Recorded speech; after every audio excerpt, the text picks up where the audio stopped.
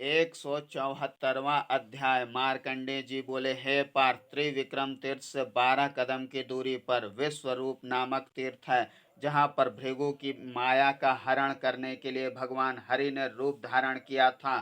भूलोक में भृगु ने जब भगवान से अपना स्वरूप दिखाने के लिए प्रार्थना की, तब देवताओं के बीच में स्वरूप में विश्व रूप दिखाया था। भगवान ने देवताओं को अभयंकर स्वरूप दिखाया था। पृथ्वीपाद, वह लोक, जानु, महरलोक, हाथ जनह लोक, हृदय तपह लोक, कंठ सत्यलोक, सिर महान, नेत्र चंद्र और आदित्य, कर्ण दिशाएं, वात स्कंद, ऋतु प्राण, सहस्त्राक्ष, जगन्मय, ब्रह्म वक्त्र, शिव क्रोड़, अग्नि जठराग्नि। इस प्रकार हे राजेंद्र, भगवान के स्वरूप का वर्णन किया नहीं जा सकता। इस प्रकार भगवान का स्वरूप विस्मय कारक है। भृगु को भगवान ने चराचर में व्याप्त परम स्वरूप को दिखा दिया। महत स्वरूप देव को देखकर भृगु ने नाना प्रकार से स्तुति की। जो व्यक्त, अव्यक्त और चराचर जगत में व्याप्त प्रभु हैं, उनको नमस्कार। स्त्री पुरुष एवं नपुंसक सभी में अखिल जगत में जो व्याप्त आदि देव को नमस्कार। अणिमादि के स्वामी अचिंत्य शक्ति, जिसके रोम रोम में कोटि कोटि ब्रह्मांड समाये हैं, उनकी स्तुति करने में कौन समर्थ है। अणिमादि के स्वामी अचिंत्य शक्ति, वृत्ति निवृत्ति के रूप, सिद्ध रूप, सृष्टि संहार करता विश्व रूप को नमस्कार।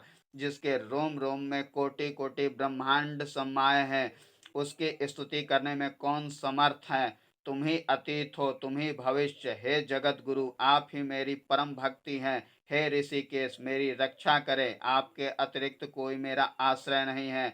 इस प्रकार अनेक स्वरूप की भृगु के द्वारा स्तुति की गई। मार्कंडे ऋषि बोले, हे राजन, भृगु के स्तुति करने पर विष्णु भगवान ने इस प्रकार कहा कि मैं बहुत प्रसन्न हूँ, इसलिए आप वरदान मांगिए। भृगु जी बोले, हे विश्वेश, आपका यह अलौकिक रूप समेटिए और आज से यह स्थान विश्वरूप तीर्थ कहलाए, यही वरदान हम हमें प्रदान करे। अतः इस तीर्थ में जो विधि पूर्वक श्राद्ध कर्म करता है, उसके पितर वैसे ही तृप्त होते हैं जैसे गया धाम तीर्थ में श्राद्ध कर्म करने से। शिव जी बोले, हे भृगु, तुमने जो प्रार्थना कर मांगा है वह वैसा ही हो, तथास्तु। इस तीर्थ में जो कोई महेश्वर की पूजा करता है, पितरों का श्राद्ध करता है, उसे अक्षय पद मिलेगा। इस प्रकार कहकर विश्वात्मा भगवान अंतर्ध्यान हो गए। मार्कंडे ऋषि बोले, हे नृपश्रेष्ठ, जो इस तीर्थ में स्नान कर भगवान शिव की पूजा करता है, उसके सभी देव एवं पितर तृप्त हो जाते हैं। जो यहाँ दीपदान करता है, उसकी सारी चिंताएं समाप्त हो जाती हैं, अर्थात चिंताएं दीपक रूपी किरण से दग्ध हो जाती है। 175वां अध्याय। मार्कंडे जी बोले, हे राजेंद्र, इसी प्रकार आगे जाने पर वराह कदम पर 12 कदम पर भगवान विष्णु का नारायण गिरी नाम का तीर्थ है। युधिष्ठिर जी बोले, हे महामुने, इसके पहले मैंने कभी नहीं सुना, अतः आश्चर्य है। इसका नाम नारायण गिरी क्यों पड़ा, कृपया बताइए। मार्कंडेय जी बोले, मैं संक्षेप में उत्तम चरित्र के बारे में सुनाऊंगा। किसी में इस चरित्र को विस्तार से कहने की क्षमता नहीं है। मानव सृष्टि के आरंभ में चूंकि नर के द्वारा आप रूप जल की सृष्टि हुई थी, उसे ही नारा कहते हैं। उसमें ईश्वर ने मार्ग बनाया था, इसलिए उस प्रभु को नारायण कहते हैं। शब्द का अर्थ नारा इक्वल टू जल, अयन इक्वल टू मार्ग, विभु ही नारायण होते हैं। है नृपसत्तम, कल्प के आदि में शयन कर रहे नारायण की नाभि से देव चतुर्भुज की उत्पत्ति हुई। उनके दक्षिण अंग के दक्षिण अंगुष्ठ से नारायण गिरी की उत्पत्ति हुई, जिस पर केशव रहते हैं। यह नारायण के सहायक है। संकल्पादि उन नारायण गिरी की धर्म पत्नियां हैं। उनमें से संध्या नामक पत्नी से 4 पुत्र हुए, नर, नारायण, हरि और कृष्ण। अतः इस तीर्थ का नाम नारायण है, जो सर्व पाप नाशक है। इसमें नारायण और नर गंधमादन पर्वत में अपने आप को केंद्रित कर ध्यान कर परम तप में लग गए। ध्यानावस्था में ही 100 कारण अकारण वासुदेव अंतःकरणीय योग युक्त होकर दो तपस्वी के रूप में रहकर अपने ही तप के प्रभाव से सूर्य नारायण के ताप को कम करने लगे। तभी वायु शंका रहित होकर सुखदायक बहने लगी। गर्मी होने पर भी शिशिर ऋतु की तरह बन गई। सिंह व्याघ्र आदि सौम्य भाव से पर्वत में विचरने लगे। इसके भार से पृथ्वी भारवती हो गई। समुद्र की लहरें तेज तेज से उठने लगी। दिन का प्रभाव कम होने लगा। इससे देवराज इंद्र ने दोनों के तप से दुखित होकर दोनों के तप में विघ्नोत्पादकों के रूप में अप्सराओं को भेजने के लिए बुलाया। इंद्र बोले, हे रंभा, तिलोत्मा, धृतात्री, ललिता, अमलोचा, प्रमलोचा, सौरमेयी, अलम्बुषा, मिश्रकेशी, वरुथिनी, जाओ, अपने स्वरूप या क्रियाओं से गंधमादन पर्वत में जाकर जैसा कहता हूँ करो। सुनो, वहां पर नर एवं नारायण दोनों धर्म पुत्र तपस्वी के रूप में परम दुष्कर तपस्या में निरत है। तपस्या कर मेरा सिंहासन छीन लेंगे या मुझसे श्रेष्ठ हो जाएंगे। वहां जाओ, डर नहीं करना। दक्षिण की वसंत ऋतु तुम्हारी सहायता करेगी। तुम अपना स्वरूप दिखाना। यह देखकर उनके अंदर कामोद्दीपन हो जाएगा। तभी मानवों की तरह कामदेव उन्हें ग्रसित कर देगा। मार्कंडे ऋषि बोले, हे राजन, देवताओं के कहने पर कामदेव वसंत ऋतु एवं अप्सराओं सहित आ गए। गंधमादन पर्वत पर आते ही कोयल कूकू करने लगी। वन की पेड़ पुष्पावंती हो गए। दक्षिण दिशा से वायु बहने लगी और भौरे गुंजार करने लगे। संपूर्ण हिमालय का वातावरण यक्ष किन्नर अप्सराओं को सुख देने वाला सुरभित हो गया। वारांगनाएं सुंदर गीतों से हाव भाव से नर नारायण को लुभाने लगी। उन्होंने अपने अनेक उपायों का प्रयोग किया, परंतु नर नारायण पर कोई प्रभाव नहीं पड़ा। वे बैठे ही बैठे जैसे निर्वात में दीपक की लौ हिलती तक नहीं। वासुदेव भी दोनों के मन में स्थिर स्थिर रूप से ध्यान में रहे रखे रहें। जिस तरह दीपक रात्रि के संपूर्ण अंधकार का नाश नहीं कर सकता, और उसी तरह पुष्प की मालाएं, शीतल मंद वायु, अप्सराएं एवं कामदेव भी उन्हें विचलित नहीं कर सके। तब विशेष रूप मालूम हुआ कि ये दोनों ब्रह्म स्वरूप हैं। पुनः क्षोभित करने के लिए वसंत और कामदेव पुनः प्रयास करने लगे। इसके बाद नारायण ने धैर्य पूर्वक अपने उरु भाग से त्रिलोक्य सुंदरी, जो अत्यंत लावण्यमयी दिव्य मूर्ति थी, उत्पन्न किया। यह देखकर वायु कांपने लगा। वसंत आश्चर्यचकित रह गया और स्मर शुद्ध भूल गया। रंभा, तिलोत्मा आदि अप्सराओं के हृदय में लज्जा के भाव उभर आए। वे सब भगवान नर नारायण की स्तुति करने लगी। अप्सराएं बोली, अपनी माया से जगत को धारण करने वाले प्रभु, आप प्रसन्न हुए। आपके उरु से अयोनिज स्त्री की उत्पत्ति हमने देखी। आप ही दो रूपों में स्थित हैं। हे प्रभु, प्रसन्न हुए। हे नर नारायण, हे देव, आप ही दोनों रूपों में शंख चक्र गदा धारण किए हम अपराधिनियों को क्षमा कर प्रसन्न हुए। आप सभी तरह के अर्जित पापों के नाशक हैं। हम आपकी शरण में हैं। आप हम सब पर प्रसन्न हुए। इस प्रकार अप्सराओं ने अनेक तरह से क्षमा मांगते हुए प्रार्थना की। मार्कंडे ऋषि बोले, हे राजन, अप्सराओं की स्तुति के समय राग द्वेष से रहित सभी प्राणियों के मध्य विराजने वाले भगवान नारायण प्रसन्न मुद्रा में मधुर वाणी से बोले।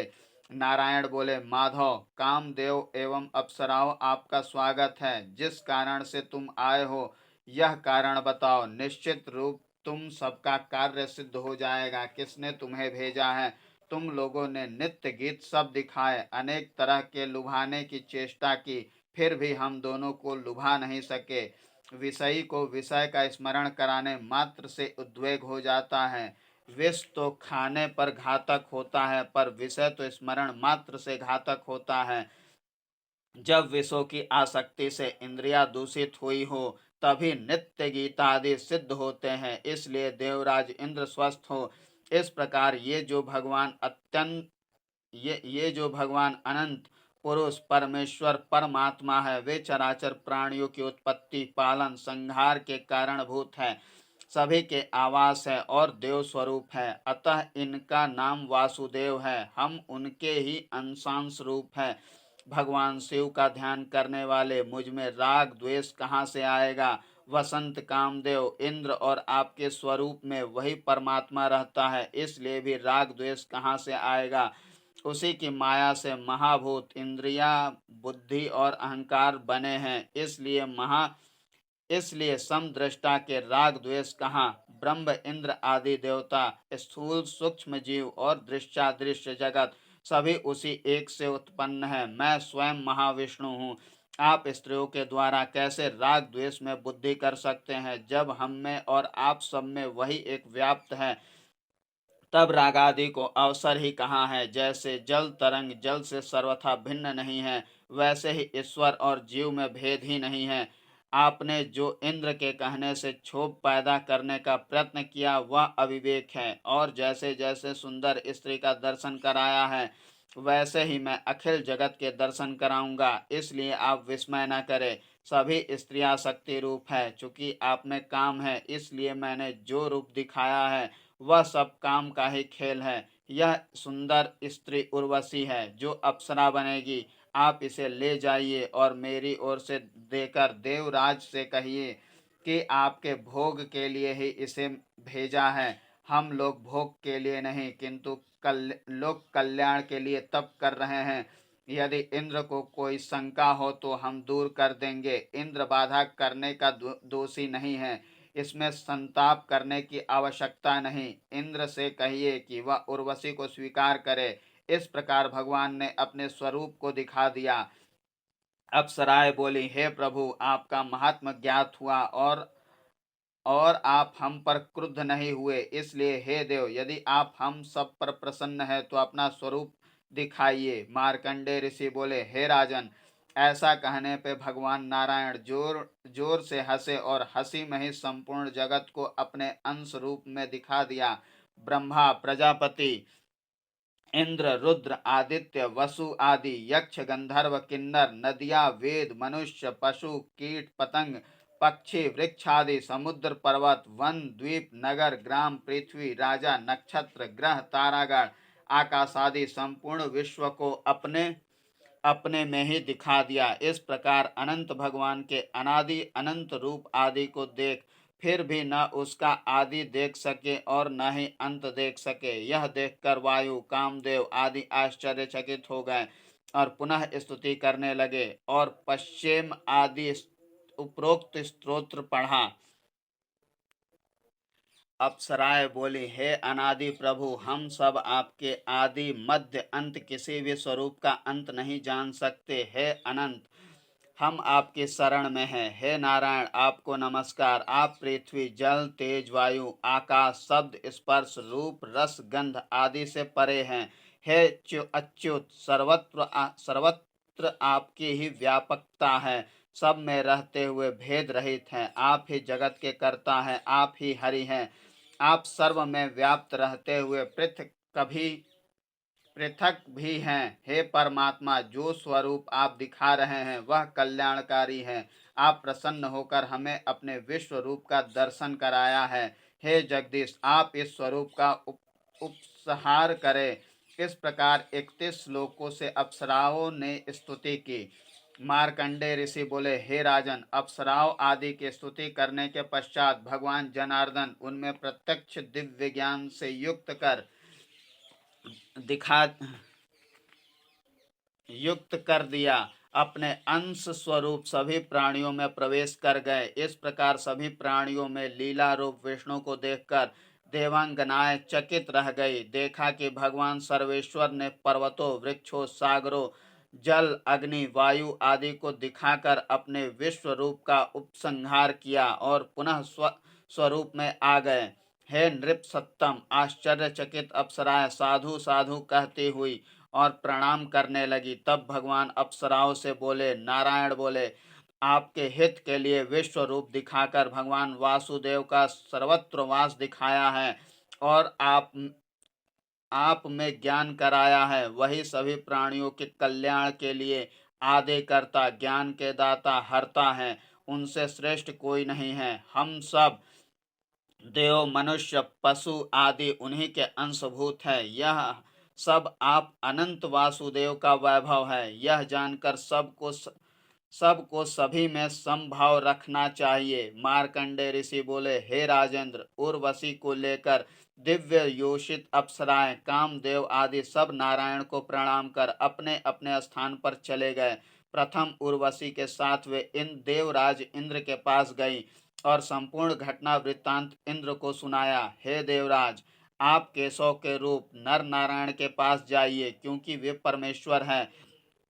वासुदेव भगवान सांसारिक दोषों का नाश करते हैं, उपहास नहीं करते। अप्सराओं के द्वारा अनेक प्रकार से परमात्मा के स्वरूप वर्णन सुनकर देवराज इंद्र विस्मित हो गए और चुपचाप बैठे रह गए, कुछ भी नहीं बोल सके और बार बार वर्णानुसार घटित विषय का स्मरण कर अंत में भगवान विष्णु को प्रणाम करने के लिए स्वयं मिलने के लिए इंद्र नर्मदा के किनारे भृगु स्थल में पहुंचे। इंद्र ने अभिमान का परित्याग कर शांत होकर भूमि पर लेटकर साष्टांग प्रणाम किया। भक्ति पूर्वक घुटनों के बल पृथ्वी पर झुककर दोनों हाथ जोड़कर विनम्रता के साथ नर नारायण की प्रसन्नता हेतु स्तुति करने लगे। इंद्र बोले, हे नारायण, चराचर के गुरु, हे सौम्य, भक्तों को अभयदान दाता, आपको प्रणाम है। मैं आपकी स्तुति करता हूँ। जैसे पर्वत में सभी प्राणी निर्भय विचरण करते हैं, उसी प्रकार विश्वाधार भगवान नारायण गिरि रूप है, जो गिरियों के आधार हैं, जिनका वाणी से वर्णन शक्य नहीं। निर्गुण नारायण गुणियों में अग्रगण, आपको नमस्कार है। नारायण प्रभु, आपको नमस्कार नमस्कार। आपने ही मेरी अग्नि की, यम यक्ष आदि की स्थिति स्थिर की है, इसलिए हे केशव, आपकी महिमा किस वाणी से वर्णन करूं। जो वाणी स्वरूप है, गिरा गिरा के भी गिरी है। संसार नारायणमय है, इसलिए इस गिरी को नारायण गिरी कहा जाए। हे परमात्मा, आप 25 तत्वों से पृथक हैं, आप मेरी रक्षा करें। आप परमात्मा विश्व के प्राणियों में निवास करते हैं, इसलिए वासुदेव के सर्वत्र व्याप्त होने से विष्णु के नाम से कहे जाते हैं। आप ही ब्रह्म है, चराचर में व्याप्त है, मूर्त अमूर्त ऐसी कोई वस्तु नहीं जहाँ आपकी विद्यमानता नहीं। हे केशव, आप मेरी रक्षा करें। मार्कंडे ऋषि बोले, हे राजन, भगवान परमेश्वर नर और नारायण इंद्र के द्वारा स्तुति सुनकर प्रसन्न हो गए और बोले, हे सुरेंद्र, तुम्हारा स्वागत है। बताओ तुम्हारी क्या इच्छा है। इस स्तुति से मैं प्रसन्न हूँ, अतः वरदान मांगो। इंद्र बोले, हे विभो, मैं आपकी शरण में हूँ, आपका भृत्य हूँ, आपके निर्देश का पालक हूँ। यदि मुझसे अपराध हो गया हो तो क्षमा करें। आप संसार के कल्याण के लिए इस तीर्थ में निवास करें। हे जगतपति, जब दैत्य दानव राक्षस आदि हमें पीड़ित करे, तब आप हमारी रक्षा करें। नारायण बोले, हे सुरश्रेष्ठ, एवं एवं अस्तु, जैसा तुमने कहा वैसा ही होगा। सर्वदा तुम हम सबकी रक्षा होगी। हे इंद्र, तुमने जो एक बार नारायण गिरी शब्द कहा, उसके आधार पर इसका नाम भी नारायण गिरी ही होगा। हे इंद्र, जिस प्रकार पर्वत तट गिरी पर प्राणियों का आश्रम है, वैसे ही यह भी सुरासुर और मनुष्य का आश्रय होगा। जो मनुष्य मंडल रूप दिव्य रूप नारायण गिरी की पूजा करेगा, वह दिव्य ज्ञान दिव्य देह से युक्त हो जाएगा और दिव्य देह से युक्त होकर दिव्य लोक प्राप्त करेगा। मार्कंडे ऋषि बोले, इस प्रकार नारायण के कथन को सुनकर इंद्र अपने धाम को चला गया। इसलिए इस तीर्थ का नाम नर नारायण तीर्थ है। जो इस तीर्थ में स्नान कर पितरों का तर्पण श्राद्ध आदि करता है और नारायण भगवान का पूजन करता है, वह कल्प पर्यंत विष्णु लोक में निवास करता है। जो कपिला गौ का दान करता है, वह कामधेनुपुर में निवास करता है। और जो सन्यासियों को कोपिन दंड और कमंडलू आदि देता है तथा ब्राह्मण भोजन कराता है, वह अभिप्सित काल तक ऊर्ध्वलोक में निवास करता है। 176वां अध्याय। मार्कंडे ऋषि बोले, हे महाराज, नर नारायण तीर्थ से 12 धनुष की दूरी पर सर्व पाप विनाशक मूल श्री पति नाम का तीर्थ है, जहाँ पाप संघात नाशक नारायण देव मूल श्रीपति विराजमान है। युधिष्ठिर जी बोले, महाराज, आपने नर नारायण के संबंध में वर्णन किया, वही श्रीमान श्रीपति नारायण भी है। प्राचीन काल में भृगु क्षेत्र में रेवा के किनारे स्त्री शिरोमणि की उत्पत्ति हुई थी।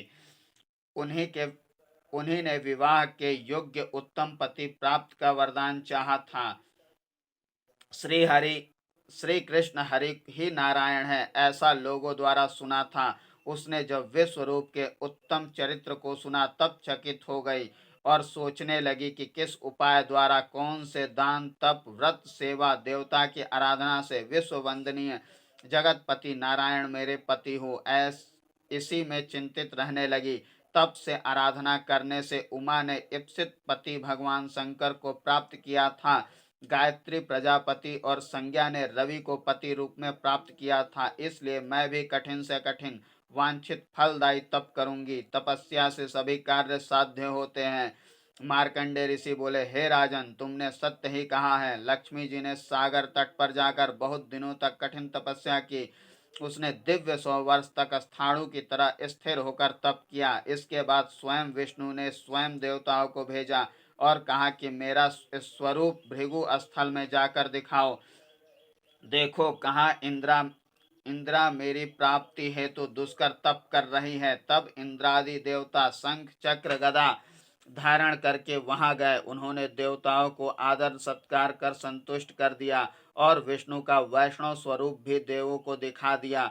उसे देखकर लज्जित होते हुए देवता नारायण के पास गए और कन्या से प्रेरित होने के बाद विश्व रूप को दर्शन नहीं करा पाने में असमर्थता बताई और यथोचित करने की अनुशंसा की कि जहाँ पर भार्गवी उग्र तप के माध्यम से अपने शरीर को तपा रही है वहां जाइए और वांछित वरदान दीजिए, क्योंकि उनका सिद्धांत है कि जब तक प्रभु नहीं मिलेंगे तब तक बार बार तप करूंगी। देवताओं ने कन्या द्वारा प्रदत्त परम वैष्णव विष्णु भी बताया। भगवान ऋषिकेश सागर तट पर तप में लीन देवी के पास गए और प्रसन्न होकर बोले, हे सूरते देवी, तुम वरदान मांगो, मैं तुम पर प्रसन्न हूँ। जो मन में हो मांग लो। श्री देवी बोली, हे प्रभु शरणागत रक्षक, यदि मुझ पर आप प्रसन्न हैं तो जिस रूप को अप्सरा आदि ध्यान करते हैं, मेरे दादा भृगु और ब्रह्मा आदि ने गंधमादन पर्वत पर जिस तप को करके जिस विश्व रूप अनंत भगवान चतुर्भुज चक्रधारी विष्णु रूप को देखा था, उसी में प्रकट होकर दर्शन देवे। मार्कंडे ऋषि बोले, हे राजन, श्री जी ने जिस रूप में दर्शन कराने को कहा था उसी रूप में शंख चक्र गदाधारी भगवान नारायण ने विश्व रूप का दर्शन कराया और बोले, जो इस स्वरूप का पूजन करेगा वह धन धान्य और सर्वभोग से संपन्न होगा। सभी धर्मों का मूल ब्रह्मचर्य है और यही सर्वोत्कृष्ट तप भी है। है भार्गवी, मैं यह धर्म के मूल के रूप में स्थापित कर रहूंगा और यहाँ तुम्हारी और मेरी पूजा मूल श्रीपति के नाम से की जाएगी। ब्रह्मचर्य स्वरूपणी ब्राह्मी मूल श्री कही जाती है। धर्मों में यह धर्म अर्थ काम मोक्ष का मूल ब्रह्मचर्य है। विष्णु बोले, हे संपूर्ण यज्ञमयी पुण्यवान सर्व पातक हारिणी, मैं पतितों का प्रभु और वरदायक हूँ। पहले भृगु ने भी दिव्य रूप को दिखाने हेतु प्रार्थना की थी, तब भी मैंने स्वरूप का दर्शन कराया था। मैं नारायण पहले से ही तीर्थ में रहता हूँ। अब मूल श्रीपति नाम से तुम्हारे पार्श्व में स्थित रहूंगा। यहाँ श्री मूल है, पराशक्ति है, ब्रह्म रूपा तपोमयी है, तप का मूल है और तुम भी मूल श्रीपति स्वरूपा हो। जो मनुष्य रेवा जल में स्नान करके सतत व्रत रखता हुआ भक्ति करेगा, उसे तुम भोग और मुक्ति प्रदान करोगे। इस प्रकार भुक्ति एवं मुक्ति देने वाले इस तीर्थ में जो नर्मदा के किनारे स्थित है, मैं स्नान करके जो सतत मूल श्रीपति की पूजा करता है उसकी कामना पूर्ति होती है। जो यहाँ पर दान देता है उसे अन्यत्र के दान से 1,00,000 गुना अधिक पुण्य मिलता है। हे भार्गवी, इस प्रकार हम दोनों का जो पूजन करता है उसे मैं धन धान्य पत्नी पुत्र पौत्र आदि सभी बिना किसी विलंब के देता हूँ। श्री जी बोली, हे जगन्नाथ, हे जगन्मय नारायण, मेरी रक्षा करे, भक्तों के मति धर्म संयुक्त करे। आप मेरे प्रिय हो, मैं भी जिस उपाय से आपकी प्रिया बन सकूं वैसा उपाय करें। त्रिवर्ग के साधन रूप गृहस्थाश्रम का मेरे साथ आश्रय करे और इस आश्रम में रहे। हे जगतपति, मेरे साथ यजन कर पंच यज्ञ क्रिया से युक्त हुए और भाग्य की वृद्धि करे। मार्कंडेय ऋषि बोले, हे राजन, यह सब जानकर इंद्र आदि देवता आ गए। देवराज ने नारायण के चिंतन को जानकर वह कन्या धर्म के पास भेज दी। तब धर्म ने भी विधि से उसका विवाह करा दिया। युधिष्ठिर जी बोले, हे महाराज, धर्म ने विधिवत विवाह करा दिया तो किस विधि से विवाह हुआ, किसने दक्षिणा दी, ऋत्विज और सदस्य कौन थे, यह सब विस्तार से बताने की कृपा करें। मार्कंडेय ऋषि बोले, हे राजन, नारायण का विवाह यज्ञ विधि का वर्णन करने के लिए ब्रह्मा भी पूरी तरह से समर्थ नहीं है। फिर भी मैं संक्षेप से बता रहा हूँ, ध्यान से सुनो। ब्रह्मा, सप्तऋषि आदि वहां करता थे, अग्नि अनगिनत होम आहुति दी। विवेक वेदी ससागर पृथ्वी थी। समुद्र ने ब्रह्म ऋषियों को दक्षिणा में रत्न दिए। कुबेर ने सभी ब्राह्मणों को यथोचित धन का दान किया। विश्वकर्मा ने भवन बनाए। देवेंद्र आदि ने यश का गान किया। सतद्रु, कपिष्ठल, वास्कलो, छागलो, आत्रेयो आदि ब्राह्मणों का सत्कार किया और दान भी दिया। इस अद्भुत रूप को देखकर महर्षिगण इंद्र से बोले, यह देवों और ऋषियों का सम्मेलन अत्यंत पुण्य कार्य है। हम यह चाहते हैं कि यह इंद्रपुरी हो और इसमें इंद्र हो। जब तक आप लोग सत्य धर्म का पालन करोगे तब तक मैं नारायण यहाँ रहूंगा। इस प्रकार श्री के विवाह में अत्रि, अंगिरा और मरीचि उद्विग्नता के रूप में, होता के रूप में, धर्म, वशिष्ठ, ब्रह्मा और सनक एवं अन्य सनत कुमार आदि सदस्य के रूप में उपस्थित हैं। इंद्र ने 26,000 गांव दान में दिए। भृगु ने संस्कार युक्त लक्ष्मी का दान किया। ब्रह्मा जी ने होम किया। जहाँ पर यह कार्य हुआ वह ललाट देश है। वह श्रीपति का पुण्य क्षेत्र देवर्षि क्षेत्र नाम से जाना जाता है। यह सर्व दिव्य सिद्धि युक्त था। यजुर्वेद यजन करता हुआ ब्राह्मणों में आविष्ट हो गया। लक्ष्मी जी ने श्रीपति महादेव से कहा कि जो भृगु से दीक्षित व्रती ब्राह्मण शिष्य है, मैं इनमें निवेश करना चाहती हूँ। हे विष्णु, इंद्र के द्वारा स्थापित मरीच आदि नैष्ठिक व्रतियों को आपके प्रसाद से स्थापित करूंगी। इसके बाद कौतूहल से भगवान विष्णु ने सब व्रतियों से पूछा। नारद भी पार्वती पति महादेव से बोले, भृग चर्मधारी, नैष्ठिक, ब्रह्मचारी, लंगोटधारी, ब्रह्म पद चाहने वाले यहाँ पर 12,000 की संख्या में उपस्थित हैं। नारद की वाणी सुनकर सभी देवर्षि साधु साधु के अतिरिक्त कुछ नहीं बोले। यहाँ पर 66,000 घर हैं जो विश्वकर्मा जी द्वारा निर्मित हैं। उनमें सभी विप्र निवास करे। मार्कंडेय ऋषि बोले, इस प्रकार वह सभी ब्राह्मण वहीं पर वेदाध्ययन से समृद्ध होकर संतुष्टि से रहने लगे। वे सभी अभिष्ट वस्तुओं को प्राप्त करने वाले और गृह क्लेश से रहित थे। श्री ने उन सभी ब्राह्मणों को वहां स्थापित किया और पालन किया। विवाह यज्ञ पूरा होने पर ऋषियों ने विष्णु से पूछा कि हम कहाँ स्नान करें। तब श्रीपति ने अपने चरण कमल से रेवा के मध्य प्रवाहित होने वाला गंगा जल प्रवाहित किया। श्री विष्णु भगवान के चरणोदक को बहाता देख वे सब प्रसन्नता से अपने सिरों को हिलाते हुए आश्चर्य करने लगे कि हे शिव, बताइए, अचानक जल की उत्पत्ति कैसे संभव है। धर्मपुत्र नारायण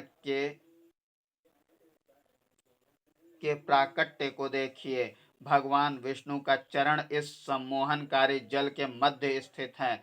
महेश्वर बोले, मैं पादोदक प्रद विष्णु के पद को जानता हूँ, जो विष्णु के दक्षिणाभिमुख पाद से जल प्रवाहित है।